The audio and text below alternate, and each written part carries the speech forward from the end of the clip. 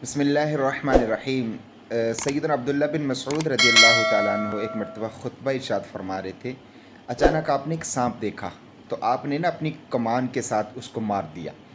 फिर आपने फरमाया कि मैंने करीमा का अलैहिस्सलातु वस्सलाम से सुना है कि जो बंदा सांप को मारता है वो गोया ऐसे है कि जैसे ऐसे मुशरक को उसने कत्ल किया कि जिसका कत्ल ज़रूरी था।